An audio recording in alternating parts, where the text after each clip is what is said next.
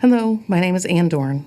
I'd like to introduce you to my husband, David, father of 5, brother of 12, grandfather of 10, friend to thousands. He was the most kind, dedicated, loving life partner I could have hoped for. He had a big smile and a heart to match. He was blessed with the gift of gab, and that gift enabled him to touch souls and inspire people, especially young people. Oh, how kids loved him, and they really loved him back. Dave was all about service. He served 38 years in the St. Louis Metropolitan Police Department and 6 years as Chief of Police as the Moline Acres Police Department. After 44 years, he retired from law enforcement, but he never retired from helping a friend in need. Since he befriended every person he met, he was a very busy man. One example of that was his friendship with a young man named Lee.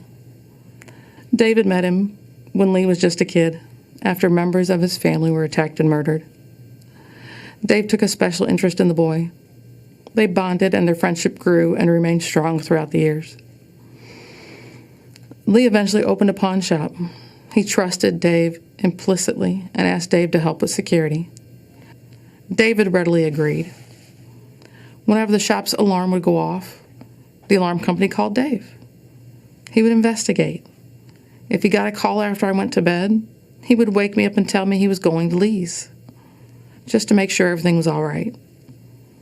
Most of the time they were false alarms, triggered by a storm or animals.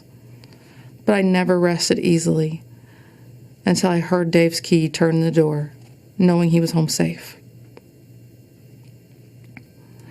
The alarm that went off the morning of June 2nd was for real. It was a violent night in St. Louis. 4 officers were shot. Others were hit with rocks and fireworks. At least 5 businesses were damaged, looted, or set on fire. As the Officer Wellness Coordinator and CIT Coordinator with the police department, I was keenly aware of the rioting and spent the evening getting ready to mobilize support for officers who were impacted. After I'd gone to bed, David received a call from Lee's alarm company. The front door of the pawn shop had been breached. This time he didn't wake me up to tell me.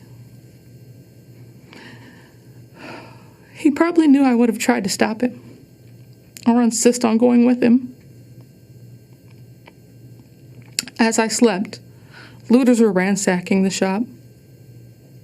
They shot and killed David in cold blood, and then live streamed his execution and his last moments on earth.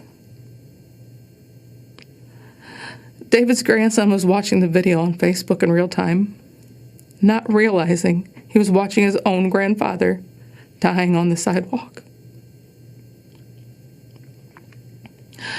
I learned of all this around 4 a.m. when our doorbell rang. The chief of police was standing outside. I wondered why Dave had not answered the door. It wasn't uncommon for him to be up watching TV at this time. I called out to him several times. There was no reply. He just wasn't there. I let in the chief, and fighting back tears, he uttered the words every officer's spouse dreads.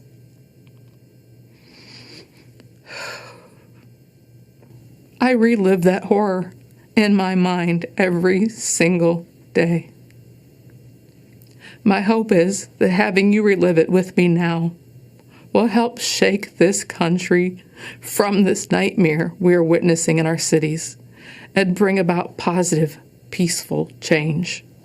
How do we get to this point where so many young people are callous and indifferent towards human life?